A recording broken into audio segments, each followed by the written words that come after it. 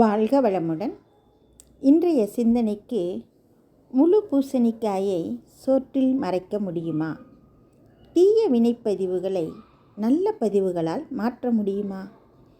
இந்த முழு பூசணிக்காய் கதை ஒரு வாட்ஸ்அப்பில் வந்தது தாங்க. முதல்ல இந்த பூசணிக்காய் கதையை பார்ப்போங்களா?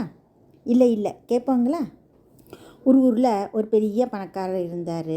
அவர் வீட்டு பக்கத்தில் ஒரு ஏழை விவசாயி. அவனோட வீட்டு முற்றத்தில் ஒரு பூசணி செடி படர்ந்து மாடி வீட்டுக்காரோட காம்பவுண்ட் சுவர் வரைக்கும் பரவி இருந்துச்சுங்க. பெரிய பெரிய பெரிய பூசணிக்காய் காய்ச்சி இருந்துச்சுங்க. பணக்காரர் ஒரு பூசணிக்காயை விவசாயிக்கு தெரியாமல் பறித்து எடுத்து சமையல் செஞ்சு சாப்பிட்டுட்டாருங்க. இந்த பணக்காரர் பூசணிக்காயை திருடியது ஊரில் இருக்கிற மற்றவங்களுக்கு தெரிஞ்சு போச்சுங்க. ஊரில் இருக்கிற அனைவரும் பூசணிக்காய் திருடியவர் இதோ போகிறாரு, பூசணிக்காய் திருடியவர் இதோ போகிறாரு அப்படின்னு சொல்லிக்கிட்டே இருந்தாங்களாம். அது கூட பரவாயில்லங்க, பூசணிக்காய் திருடியவர் இதை போகிறாரே, அவரோட வீட்டுக்கு பக்கத்தில் தாங்க எங்கள் வீடு இருக்குது அப்படின்னு வீட்டை அடையாளம் சொல்ல அளவுக்கு ஊரில் உள்ளவங்க பழி போட்டு பேச தொடங்கிட்டாங்களாம். இந்த பழிச்சொல் பரம்பரையாக தொடர்ந்துருச்சுங்க. 4வது பரம்பரையில் வந்த ஒருவருக்கு இந்த பழிச்சொல் மிகுந்த மன உளைச்சலை கொடுத்துருச்சு. ஒரு ஞானிகிட்ட போய், ஐயா, இந்த பூசணிக்காய் திருடிய குடும்பம் அப்படிங்கிற பழிச்சொல் மாற நான் என்ன செய்யணும் அப்படின்னு கேட்டு கண் கலங்கினாராம்.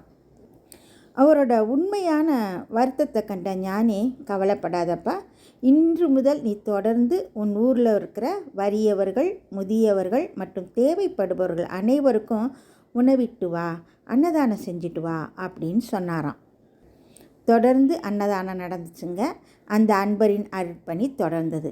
ஒரு 4-5 நாட்கள்லேயே அதை பூசணிக்காய் திருடியோட பேரன் போகிறான் அப்படின்ற பழிச்சொல் மாதிரி நம்ம ஊரில் தினமும் அன்னதானம் போடுறாங்களே, அந்த வீட்டுக்காரர் போகிறாரு அப்படின்னு சொல்ல ஆரம்பித்தாங்களாம். இந்த அன்னதானம் செய்கிறாங்களே, அவங்க வீட்டுக்கு 4வது வீடு தாங்க எங்கள் வீடு அப்படின்னு பெருமையோடு மக்கள் சொல்லும் காலம் மலர்ந்துச்சான். முழு பூசணிக்காய் சோற்றில் மறந்த கதை இதுதாங்க. இதே மாதிரி தாங்க நம்ம முன்னோர்கள் செய்த தீய வினைப்பதிவுகள் நம்ம கருமையத்தில் சஞ்சித கர்மமாக பதிஞ்சிருக்கு. அந்த வினைப்பதிவுகளை மாற்றுவதற்கு நாம் தாங்க முயற்சி செய்யணும்.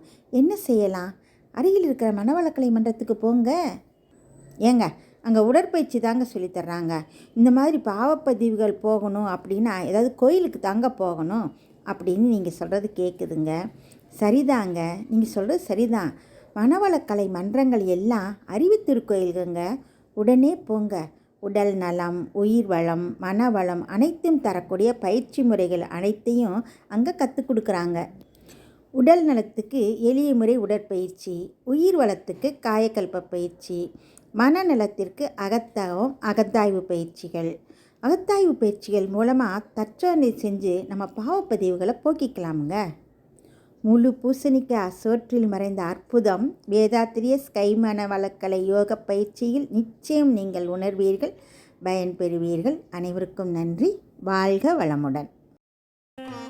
வாழ்க வளமுடன். ஸ்கை வேதாத்ரி அமுதம் சேனலை சப்ஸ்கிரைப் பண்ணாதவங்க சப்ஸ்கிரைப் பண்ணுங்கள், பெல் பட்டனை டச் பண்ணுங்கள். அப்போ தான் நாங்கள் போடுற எல்லா வீடியோஸும் உங்களுக்கு கிடைக்கும். நன்றி. வாழ்க வளமுடன்.